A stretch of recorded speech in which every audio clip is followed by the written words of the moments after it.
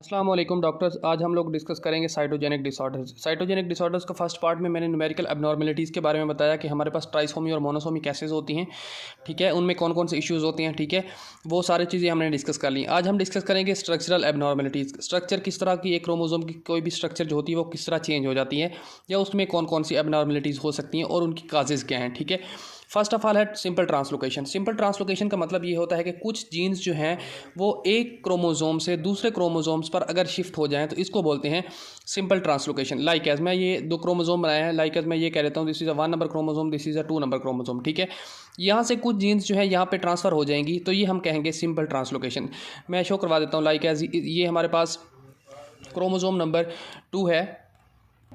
इसमें देखें कि मैं कुछ ना जीन्स ऐड कर रहा हूँ फ्राम क्रोमोसोम नंबर 1, ठीक है। ये देखें कुछ जीन्स मैंने क्रोमोसोम नंबर 1 से ऐड कर दी और अगेन जो रिमेनिंग पार्ट है उसको मैं ऐसे बना देता हूँ, ठीक है। या ये इस ऐसा है कि लाइक एज ये पूरा का पूरा अगर पैच ही शिफ्ट होता है तो ये इसको मैं कंप्लीट बनाता हूँ और यहाँ पे एक अलग से क्रोमोसोम या कुछ जीन्स जो है मैं यहाँ पे ऐड कर देता हूँ इसके साथ, ठीक है।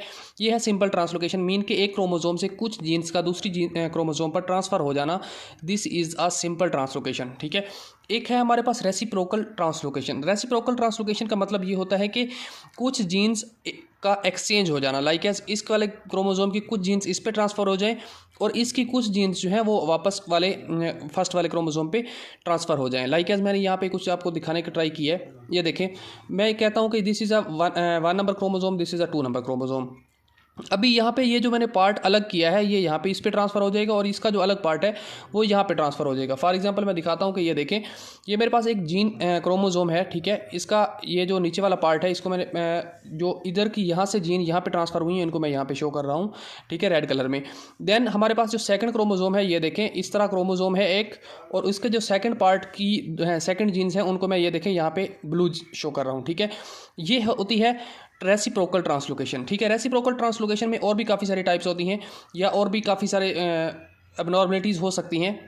इसमें रेसिप्रोकल जो ट्रांसलोकेशन होती है इसमें नॉर्मली जो क्रोमोसोम नंबर होता है वो चेंज नहीं होता। लाइक एज मैं कहता हूँ कि this is a 1 number chromosome, this is अ 2, यहाँ पे भी ये 1 नंबर ही क्रोमोसोम रहेगा, ये 2 ही रहेगा, लेकिन कुछ जीन्स जो हैं वो एक्सचेंज हो चुकी हैं, ठीक है। तो इस वजह से जो जेनेटिक मटेरियल होता है, टोटल जेनेटिक मटेरियल वो सेम ही रहता है, ठीक है। लेकिन इसमें मेन इशू तब आता है जब गैमेटोजेनेसिस होने लगती है या ओओजेनेसिस होने लगती है। रीज़न के जब हमारे पास गैमेटोजेनेसिस होती है, स्पर्मेटोजेनेसिस और ओओजेनेसिस हो, मीन के हम कहते हैं गैमेटोजेनेसिस। गैमेटोजेनेसिस जब होने लगती है तो उस वक्त हमारे पास कुछ क्रॉसिंग ओवर होता है, ठीक है। आपको मैंने ऑलरेडी पढ़ा चुका हूँ मियोसिस वाले पार्ट में कि किस तरह क्रॉसिंग ओवर होती है। उसमें जब कुछ जीन्स ट्रांसफ़र होंगी, एक फॉर एग्जांपल इस तरह एक क्रोमोसोम से दूसरे क्रोमोसोम के ऊपर क्रॉसिंग ओवर बनती है, ये देखें, तो यहाँ से कुछ जीन जो है एक क्रोमोसोम से दूसरे क्रोमोसोम पर ट्रांसफ़र हो जाती हैं। जब ये क्रोमोसोम से जीन एक दूसरे पे ट्रांसफ़र होने लगती हैं तो तब इशू आता है और तब प्रॉब्लम होती है, क्योंकि बनने वाला जो स्पर्म होगा उसमें ये जो एबनॉर्मल जीन्स होंगी वो ट्रांसफ़र हो जाएंगी एक दूसरे के साथ क्रॉसिंग ओवर के दौरान। तो ये बाद में इशू क्रिएट करेगा जिसकी वजह से और प्रॉब्लम्स हो सकती हैं, ठीक है। नॉर्मली ये जो पेशेंट होता है इसमें कोई भी सिम्टम्स स्पेसिफिकली कोई सिम्टम शो नहीं होती, पेशेंट सफ़र नहीं करता, लेकिन गैमेटोजेनेसिस में प्रॉब्लम हो सकती है, ठीक है। देन समटाइम ऐसा होता है कि ये जो ट्रांसलोकेशन है जिसको हम रेसिप्रोकल ट्रांसलोकेशन कह रहे हैं, ये फोलिकुलर लिम्फोमा या हम बरकत लिम्फोमा की तरफ भी यानी कि लीड कर सकता है कि बरकत लिम्फोमा भी हो सकता है और फोलिकुलर लिम्फोमा भी हो सकता है, ठीक है। बट मोस्टली ये जो है ये वाला जो पेशेंट होता है वो सफ़र नहीं करता। सम कंडीशंस में ये लिम्फोमाज हो सकते हैं, ठीक है। इसके अलावा इसकी और एक एग्जांपल हम देख लेते हैं जिसमें ऐसा होता है कि हमारे पास 9 नंबर क्रोमोसोम जो होता है, मैं इसको इसी को पुट कर देता हूँ, this is a 9 number chromosome, this is a 22 number chromosome. Sometime ऐसा होता है कि जो हमारे पास 9 नंबर क्रोमोसोम होता है इसके ऊपर एक जीन होती है जिसको बोलते हैं ABL जीन, ठीक है। ये जो हमारे पास ABL जीन होती है ये ट्रांसलोकेट हो जाती है हमारे 22 नंबर क्रोमोसोम पे, ठीक है। जब ये 22 पे ट्रांसफ़र हो जाती है तो उसके बाद यहाँ से मैसेंजर RNA बन के बाहर आएगा। मैसेंजर RNA जब ट्रांसलेट होगा प्रोटीन्स में तो जो प्रोटीन सिंथेसिस होगी वो एक किस्म का सिग्नल होगी कि जो सेल है उसको ओवर ग्रो करना है, ठीक है, या प्रोलिफरेट करना है। तो इस वजह से एक बहुत ज़्यादा हाई रिस्क हो सकता है कैंसर का, ठीक है। तो ये जो है मोस्टली देखा जाता है क्रोनिक मेलाइड लियोकीमिया, ठीक है, क्योंकि अगर जीन यहाँ से यहाँ पे ट्रांसफ़र होगी तो यहाँ पे जो प्रोटीन सिंथेसिस हो रही है या मैसेंजर आने के बाद प्रोटीन सिंथेसिस हो रही है, तो वो एक सिग्नल होगी, या हम कह सकते हैं एक किस्म के एंजाइम बन रहे हैं, वो एंजाइम जो है वो सिग्नल होंगे for the cell to proliferate, ठीक है। तो वो सेल बढ़ना स्टार्ट हो जाएंगे, हम इस वजह से हम कह सकते हैं कि ये कैंसर हो सकता है, ठीक है। देन यहाँ पे एक और कंडीशन है कि लाइक एज फॉर एग्जांपल यहाँ से कुछ जीन्स जो है यहाँ पे ट्रांसफ़र हुई हैं और यहाँ से भी कुछ जीन यहाँ पे वापस आनी होती हैं, ठीक है। तो सम टाइम ऐसा होता है कि यहाँ से बहुत ज़्यादा जीन्स जो हैं वो इधर यहाँ से कम जीन्स इधर शिफ्ट करती हैं और यहाँ से बहुत ज़्यादा जीन्स इस तरफ आ जाती हैं, मीन के इक्वलिटी नहीं होती। अगर मैं सपोज कहता हूँ कि 6 जीन्स जो है इधर ट्रांसफ़र हो रही हैं, लेकिन उधर से जस्ट 2 जीन्स वापस आ रही हैं, ठीक है। तो ये इस तरह की भी कंडीशन हो सकती है कि रेसिप्रोकल के दौरान ज़्यादा जीन्स डोनेट हो सकती हैं और कम आ सकती हैं। तो इसकी वजह से जो क्रोमोसोम होता है वो छोटा रह जाता है, ठीक है। तो छोटा क्रोमोसोम जो होता है उसको हम बोलते हैं फिलाडेल्फिया क्रोमोसोम,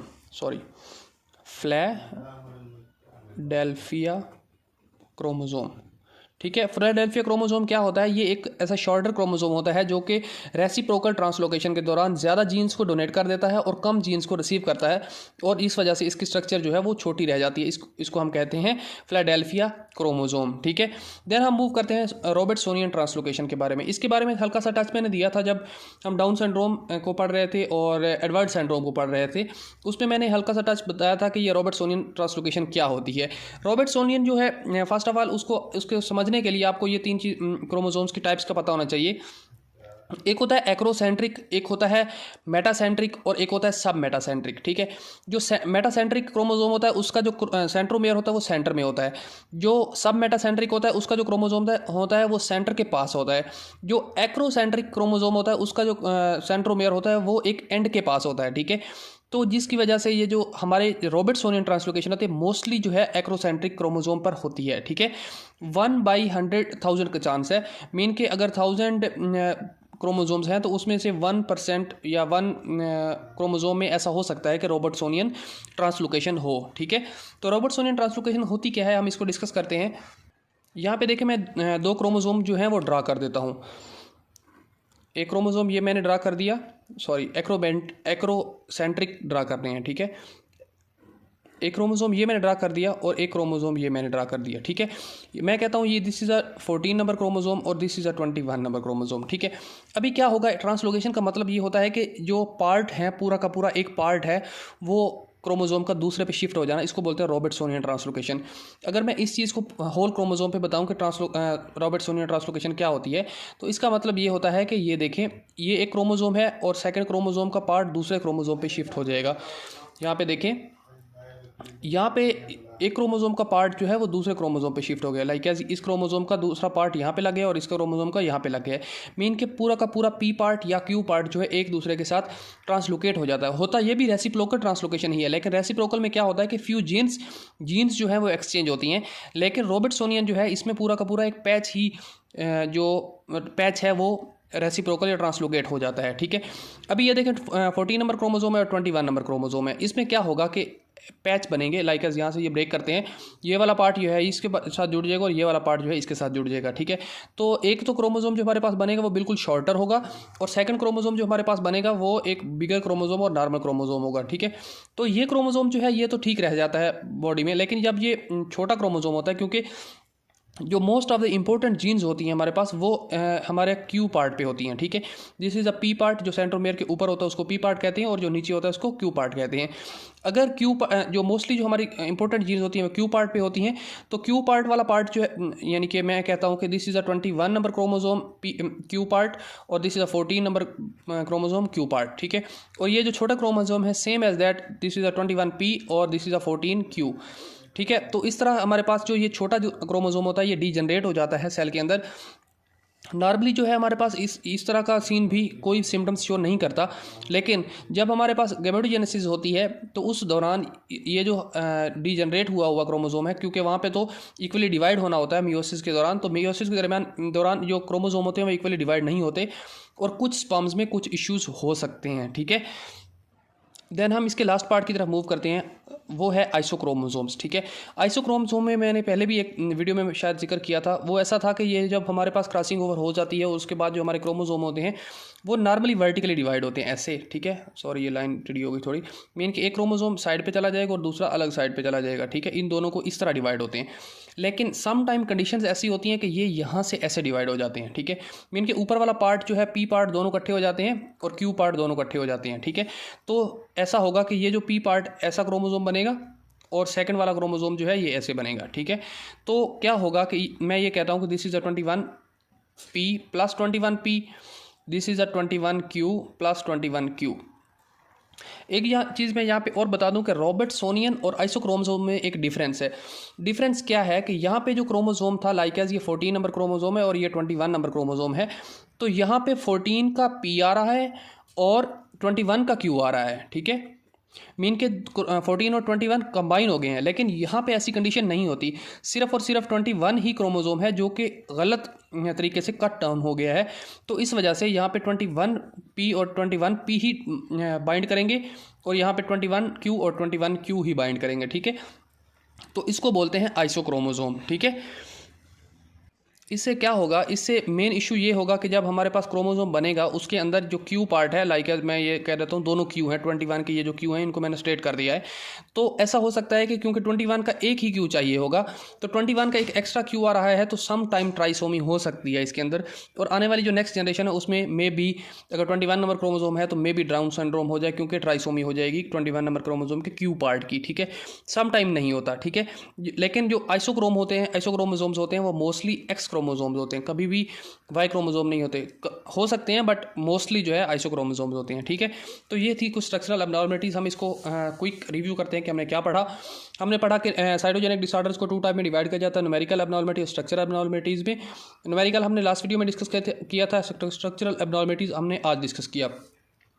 सिंपल ट्रांसलोकेशन इसमें फर्स्ट पार्ट है। इसमें ऐसा होता है कि सम जीन्स जो हैं वो एक क्रोमोसोम से दूसरे क्रोमोसोम पर शिफ्ट कर जाती हैं। ठीक है, तो यहाँ पे हमारे पास एक किसी भी क्रोमोसोम के ऊपर एक्स्ट्रा जीन्स ऐड हो जाती हैं।